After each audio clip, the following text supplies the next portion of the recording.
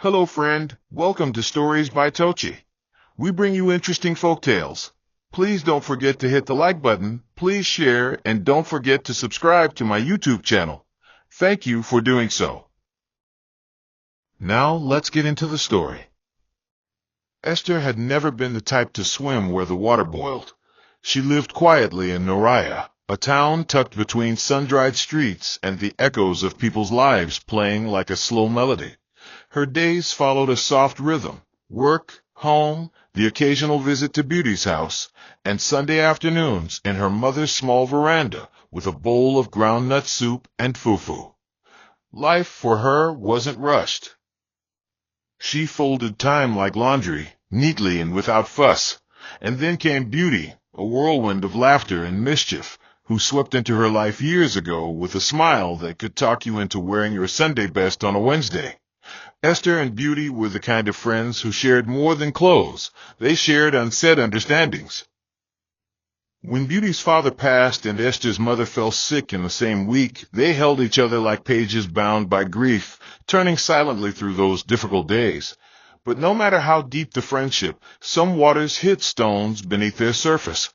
Beauty always wanted things her way, and sometimes her requests came wrapped in ribbons of charm, but tied with strings of expectation. She had a brother, Jason, who left for the UK 5 years ago. From time to time, Beauty would talk about him with a pride so loud it echoed down the street. And then one day, as casually as one would mention the weather, she said, "Esther, I want you to talk to my brother. You two would match like twin earrings." Esther laughed, thinking it was one of Beauty's usual antics, until the silence that followed revealed a different tone. Beauty wasn't joking. Her eyes held that look she wore when she wanted something, and Esther, caught between loyalty and discomfort, responded with a hesitant no.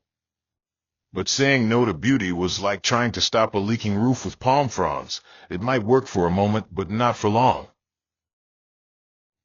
The pressure started like dripping water on a tin roof. Steady, persistent, impossible to ignore. Each day brought a new variation of the same request. "Just talk to him," Beauty would say, pressing the phone into Esther's hand or waving off her excuses like smoke from burnt rice. Esther wasn't against the idea in theory. Jason had always been the quiet ghost in their stories, a name mentioned here and there, a face from an old photo stuck behind a mirror in Beauty's room. But something about the offer didn't sit right in her belly. She couldn't name it, not then, but it coiled quietly inside her like a question waiting for its punctuation. Still, friendships have strange currencies, and one of them is sacrifice. One evening, after Beauty had cooked okra soup and lit her scented candle, as if soft lighting could ease decisions, Esther nodded. Just once. Just to say hello.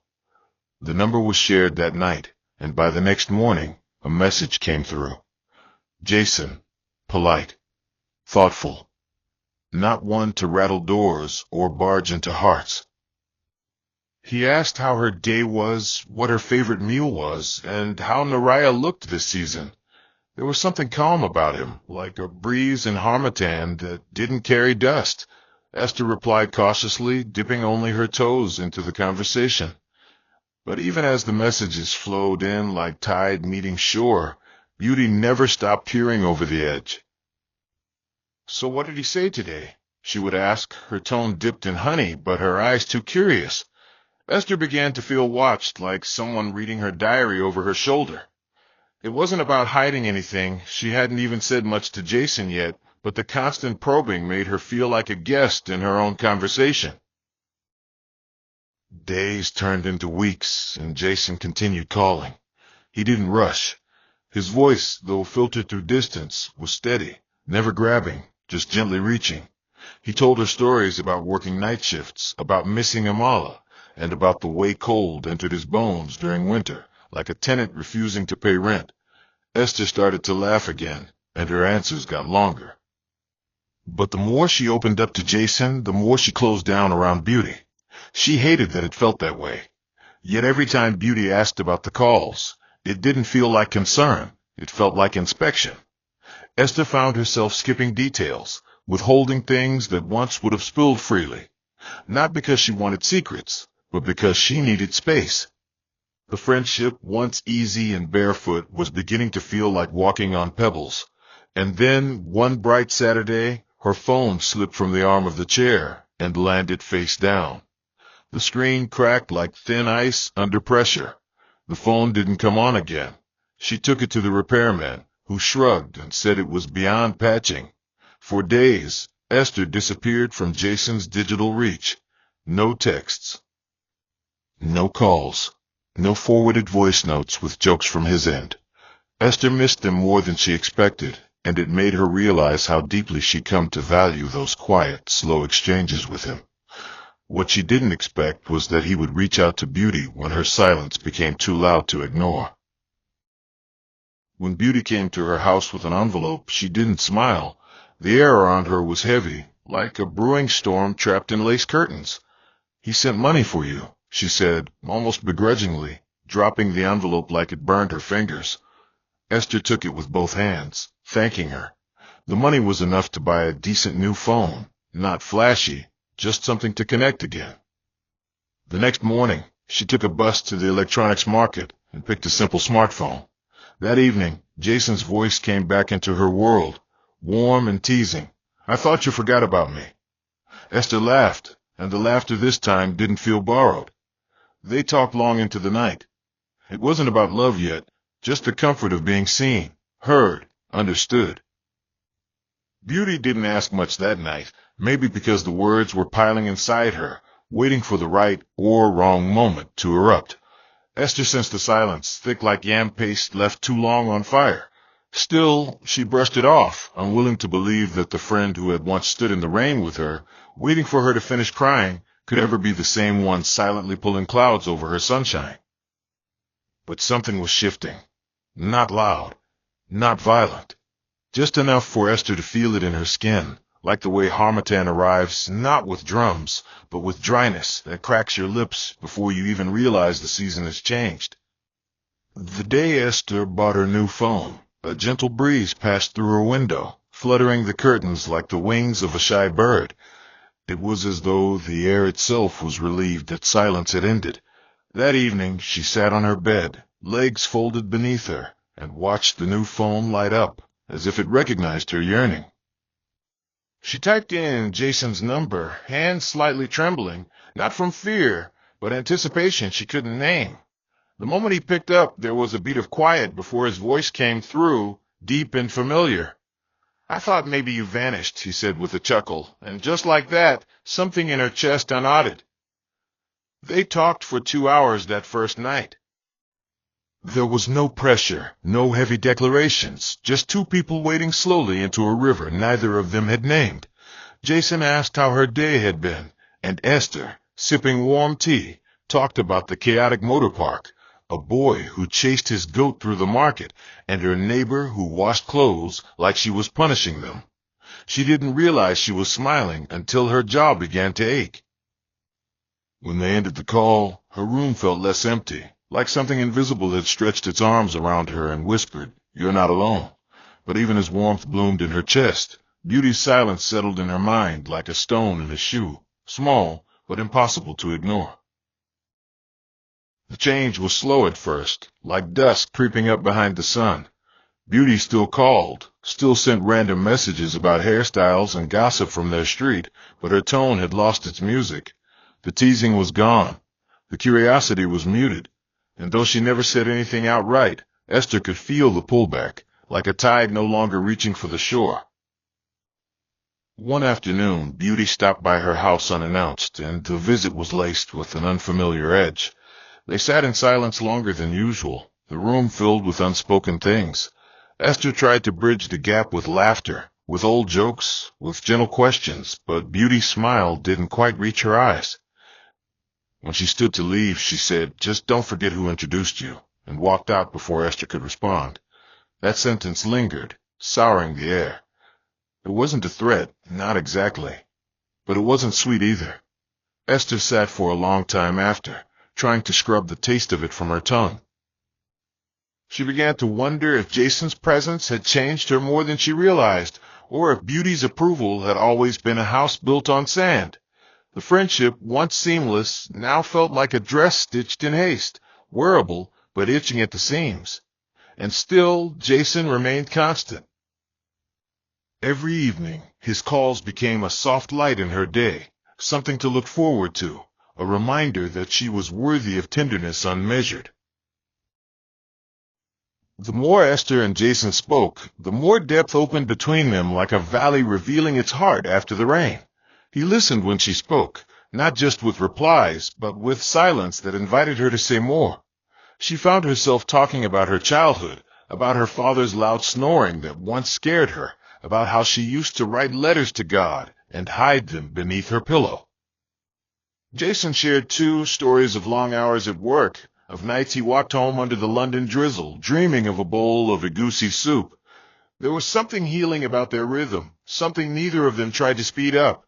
One night he said, "You make me feel like home isn't far," and Esther, though her mouth didn't move, felt her heart nod. But with the beauty of connection came the ache of tension. Esther began noticing that Beauty no longer responded promptly to messages. Invitations were declined without reason. There was no confrontation, just a slow fading, like ink running out. Esther longed to sit her down, to say, "What's wrong?" But some conversations demand a language not everyone speaks. She held back, unsure if what she felt was betrayal or just grief in disguise. The guilt of choosing joy when it unsettled someone you loved was a burden she didn't know how to carry. Yet, every time Jason's name lit up her screen, she remembered that happiness, too, deserved to be held with two hands. Weeks passed like whispered promises, and the silence between Beauty and Esther grew thicker. Jason, oblivious to the undercurrents, kept drawing closer to Esther's world. One breezy afternoon, as Esther returned from the market, her phone buzzed with a message from him. It read, "I sent you something. It should reflect soon. Use part of it to pick something nice for yourself. And please give Beauty a little too, for her kindness." Esther stared at the message for a long time, the weight of it settling on her chest like morning fog. Later that evening, she walked to Beauty's house with a small envelope tucked in her handbag. The path to the house felt longer than usual. The sun was setting, casting orange light over the rooftops, and the air smelled of smoked fish and something unspoken. Beauty opened the door, but didn't invite her in. Esther greeted her, tried to smile, then gently offered the envelope.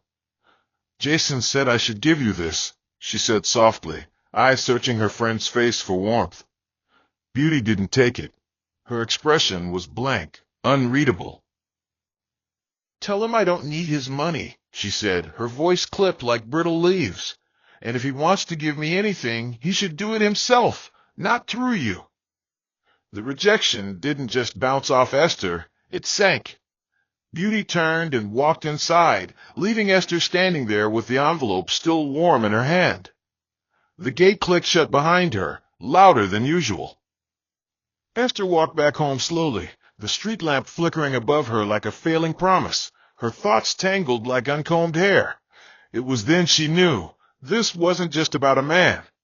Something in the friendship had shifted beyond repair, and all that remained was silence echoing where laughter once lived. Esther hadn't planned to cry that evening, but emotions have a way of slipping through the cracks of dignity when no one is watching. After leaving Beauty's house, she walked aimlessly through Naraya's quiet streets, the envelope still clutched in her hand like a question with no answer.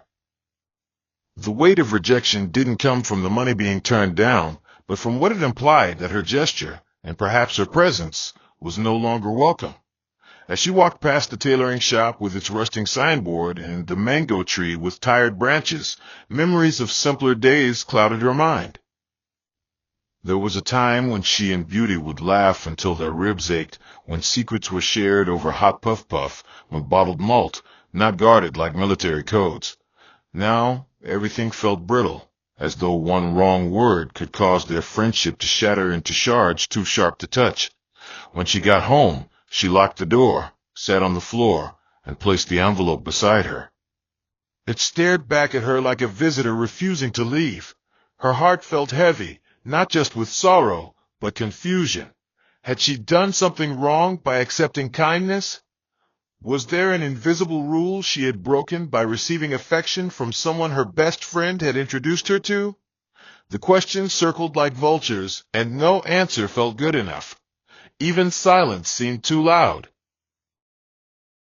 Later that night, Jason called. His voice came through the phone like warmth escaping a blanket, soft and unassuming. Esther tried to speak without letting the crack in her voice betray her, but some emotions are too wild to be tamed. "Did you give her the money?" he asked, unaware of the storm that had passed. There was a pause. Esther could hear her own breath, shallow and unsure. "She didn't take it," she replied, her voice smaller than usual. Jason didn't speak immediately. The silence stretched, but it wasn't empty. It was heavy, thoughtful. "Why?" he finally asked. Esther explained everything, not dramatically, not to shift blame, just as it happened. Jason sighed. "Beten het weer zijn touw springen verzorgers. Apu, of vast en het zus, en mijn zus. Zowel ben het zo lang en zo beetje met vinden, hogen, voor we zijn bed, we zijn zo $100,000 quid, van kunnen dus. Voor de zullen het cheerful. Voor ze zo toevensen. They vision wat on Tom's of front side." It wasn't a sigh of anger, but disappointment laced with understanding. "I wanted her to feel appreciated," he said. "She brought you into my life." That meant something to me. Esther knew he meant it, and yet something about Beauty's rejection had placed a crack in her foundation.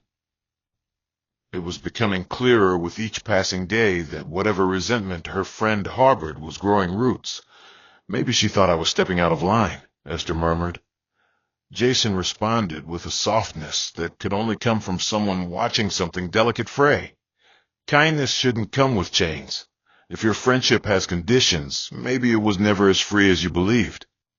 The words didn't come to hurt. They came to open a window where Esther had only seen walls. That night, as she lay in bed, the shadows on her ceiling seemed to mimic her thoughts, silent, stretching, and full of shapes she couldn't quite define.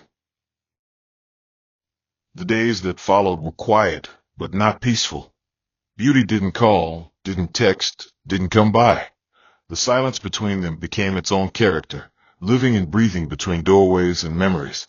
Esther tried to distract herself. She cleaned corners that didn't need cleaning, rearranged books she never read, and even volunteered to help a neighbor sort out her storeroom. But healing can't be forced by activity. The ache remained, tucked behind her ribs like a stone she couldn't cough up. One morning, as she swept the compound, her phone buzzed. It was Jason. His messages, now more frequent, came like steady rain, never too much, never too little.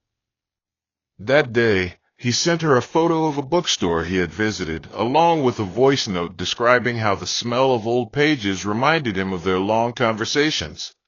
Esther smiled genuinely this time. It was a fragile kind of joy, like sunlight slipping through broken blinds. She realized then that her bond with Jason wasn't just a passing crush. It had depth, roots. But with that realization came another. Her relationship with Beauty, once rooted in shared dreams and loyalty, was slowly becoming unrecognizable.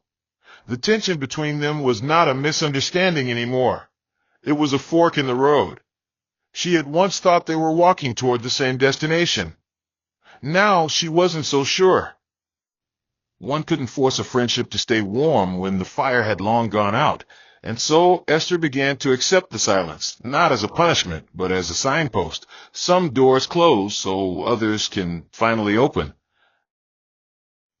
One evening, Jason brought up something she wasn't prepared for. "I'm considering coming to Nigeria next year," he said. Esther sat up straight, heart galloping like a startled horse. "For how long?" she asked. "That depends," he said. "Part of me wants to settle some things back home. Another part wants to see where this could go."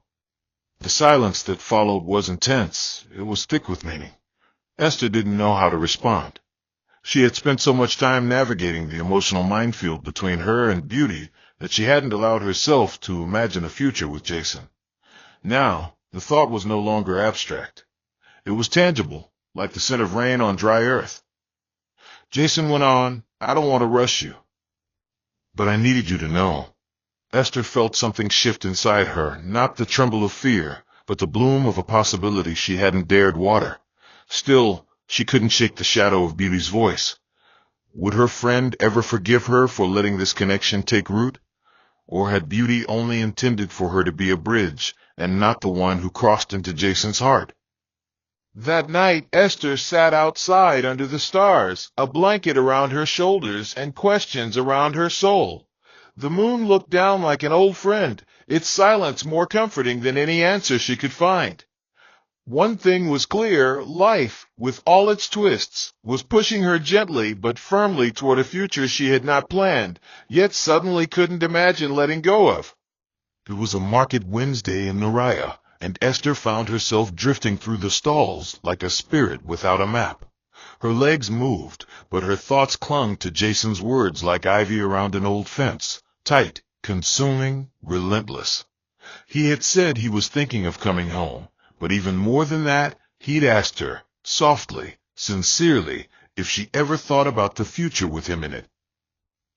It was the kind of question that didn't demand an answer, but left 100 thoughts behind like footprints in wet sand.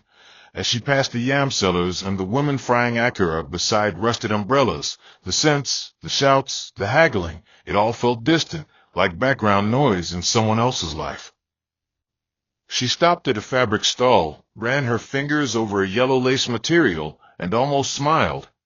Not because of the cloth, but because Jason had once joked that if she ever wore yellow, she would outshine the sun.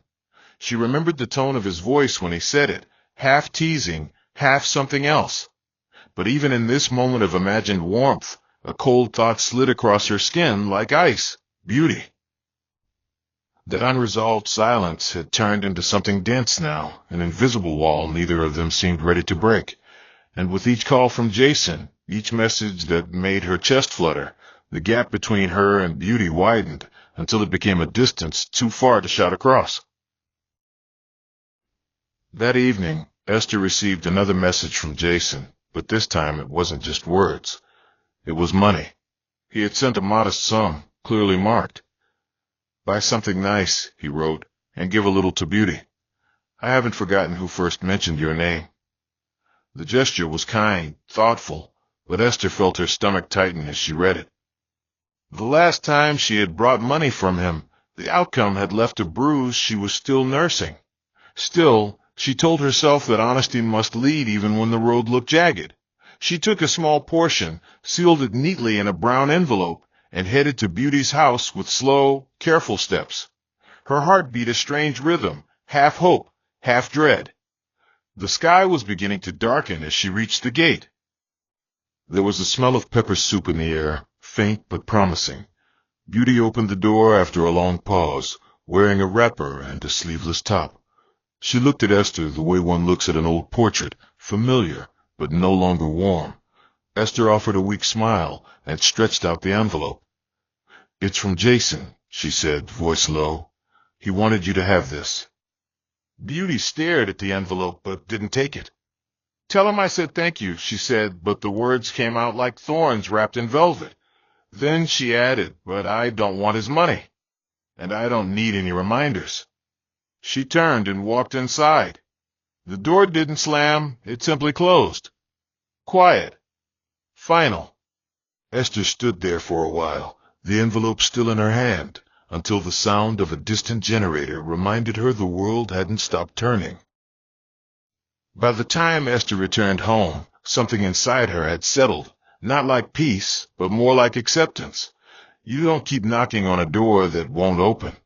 She placed the envelope on her table and sat in the darkness, letting the fan hum a steady rhythm above her head. When Jason called that night, she told him everything, not to accuse, not to justify, but simply because the truth needed air. He was quiet for a long time, then finally said, I think you've done more than enough. Esther nodded, though he couldn't see her. I just didn't want to leave things messy, she murmured.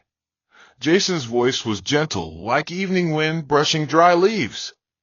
Sometimes, no matter how carefully we try to carry things, they break anyway. That's not your fault." Esther felt her throat tighten.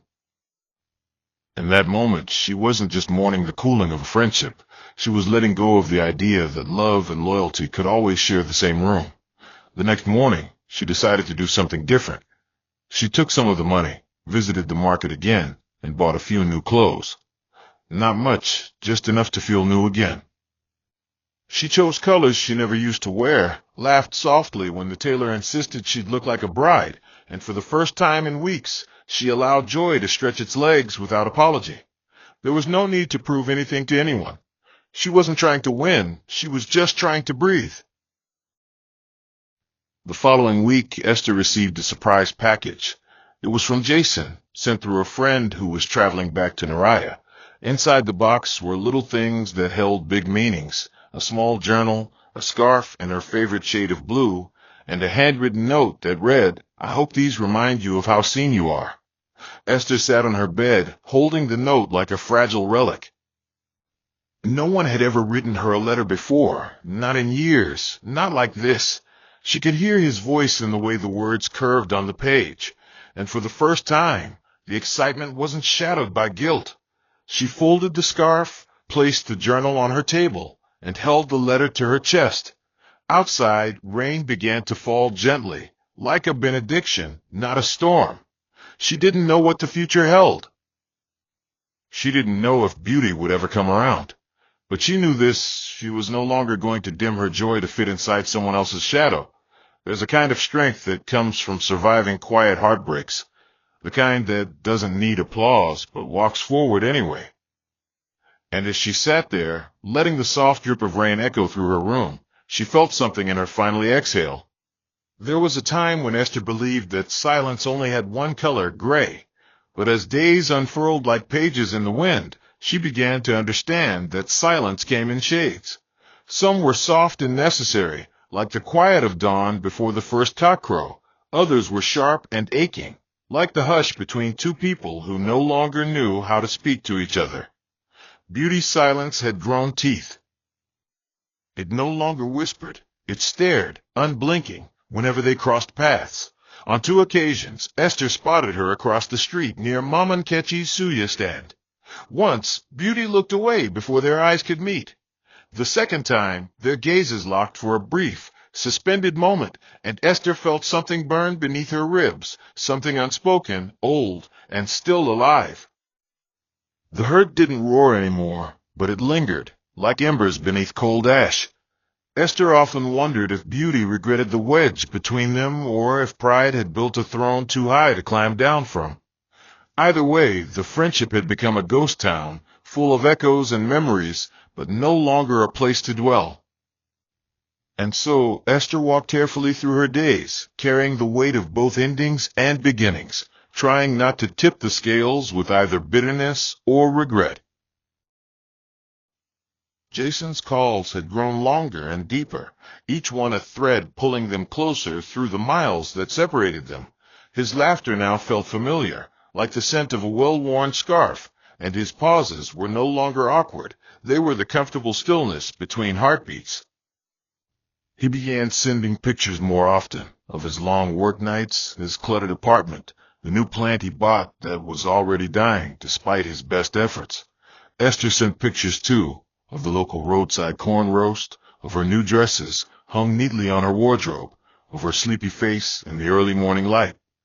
It became a rhythm, not forced, not overly romantic, just steady, like a drumbeat in the background of everything else. One night, Jason said, "I've been praying about us." He didn't say it with the intensity of someone making promises, but with the quiet confidence of someone planting seeds. Esther didn't respond immediately. Her heart didn't race. It sank, gently, like a stone settling at the bottom of calm water. She didn't need declarations.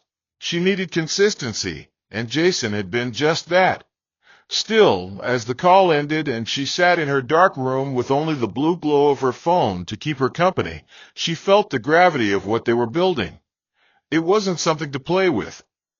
It was something that could change everything.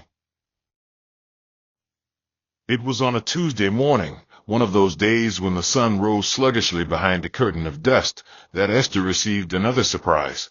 Jason's cousin, Ejiro, a tall, quiet man who had moved back to Noriah temporarily, showed up at her door with a small parcel and a smile that barely curled. Inside the package was a gold-plated wristwatch and a handwritten card. "This isn't expensive," the note read, "but I want you to wear it and remember that I value your time, even when I'm not there to fill it." Esther read the note 3 times, her fingers tracing the letters as if they could unlock something deeper. She sat by her window for nearly an hour, the wristwatch gleaming in her palm, the card pressed against her chest. It wasn't about the gift, it was about what it meant. In a world full of noisy gestures, Jason had chosen a quiet symbol of presence. Yet as the day wore on and news of Ejiro's visit spread like loose thread through the neighborhood, whispers began weaving themselves into public air. Esther overheard someone at the provision store say, "So she's the one catching flights without leaving Noriah?" Another voice chimed in, "No wonder she and Beauty don't speak anymore. That kind of blessing, someone must be angry." Esther didn't flinch. Gossip in Noriah was as common as mosquitoes at dusk. What surprised her wasn't the words, but how little they stung.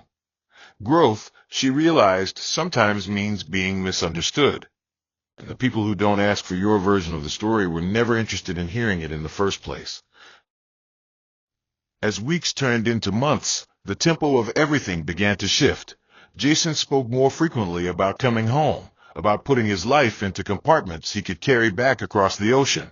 He wasn't making promises of castles in the sky or dreams dressed in glitter. He simply said, "I want a life that feels like peace." And somehow, Esther had become part of that picture. But even as this new chapter beckoned, the old one lingered at the edge of her thoughts. She remembered the time she and Beauty sat under the mango tree and named their future children, or the night they danced in the rain after narrowly escaping a broken-down bus. Those weren't empty memories, they were roots. And even though the tree had fallen, the roots still whispered beneath the soil. One morning, Esther took out her journal, the one Jason had sent, and wrote a letter to Beauty. Not to send, but to release. "I'm sorry we lost our rhythm," she wrote, "but I will never pretend the song didn't matter." She closed the book, placed it on her table, and breathed out a sorrow that had overstayed its welcome. That night, as she lay in bed, a breeze moved through her curtain like a blessing passed through prayer. She didn't know what tomorrow held. She didn't know if Beauty would ever find her way back, or if Jason's return would be everything it promised. But in that moment, she felt whole, not because everything was fixed, but because she had chosen not to break in the process. Jason's arrival in Noriah wasn't loud. There was no fanfare, no brass band reception or chatter of neighbors peeking from behind curtains. He stepped off the bus one Saturday morning with a duffel bag over his shoulder and a calm in his eyes that no one could mistake. His first stop wasn't a hotel or even his cousin Ejiro's house. It was Esther's compound. When she opened the door and saw him standing there, taller than she remembered and somehow gentler in presence than he sounded over the phone, she didn't speak right away. Some moments are too full for words, and this one wore its silence like a robe. Jason broke it first with a soft "hey," and then, like a cup tipped too far, the emotions began to spill. They sat on her front porch for hours, talking about nothing and everything, the taste of suya he had missed, the trees that now bent lower over the footpaths, and the way Noriah seemed smaller than he remembered. He didn't touch her, not immediately.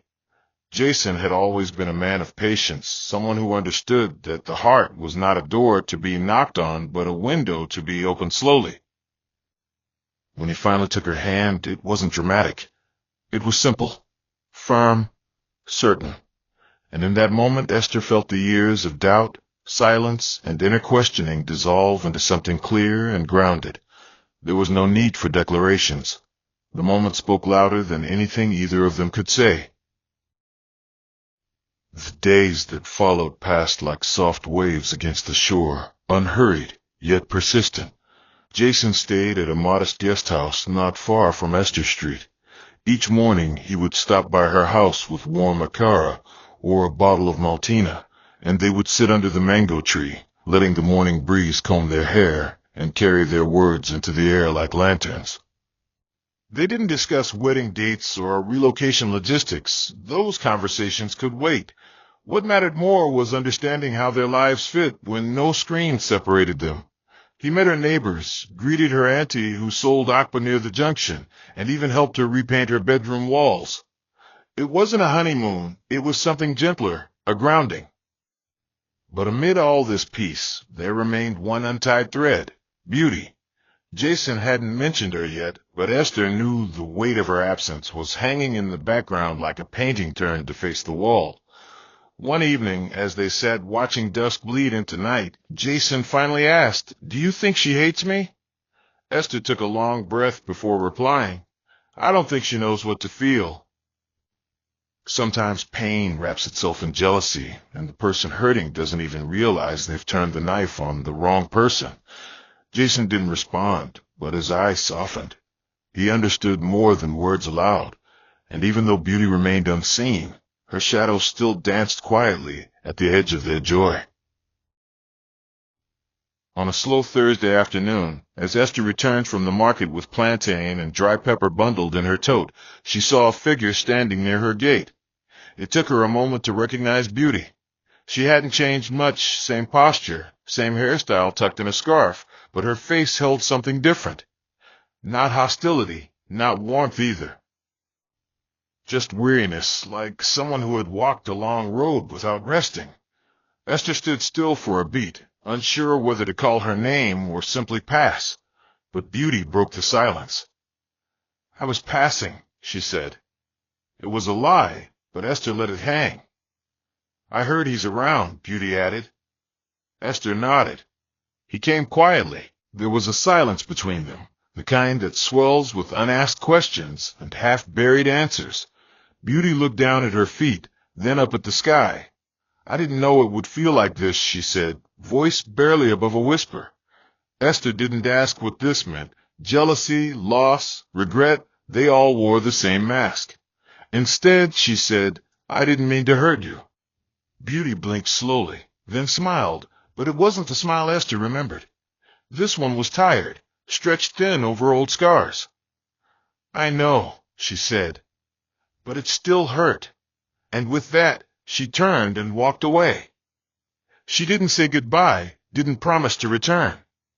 She simply left, like someone placing a stone on the ground, not to mark an ending, but to acknowledge where something once stood.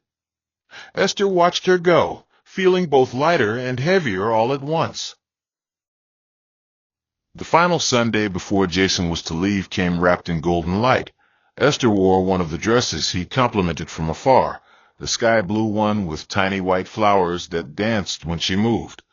They walked hand in hand to the church down the road, not because they were putting on a show, but because some endings deserve a reverent beginning. During the service, Jason leaned close and whispered, "I'll be back."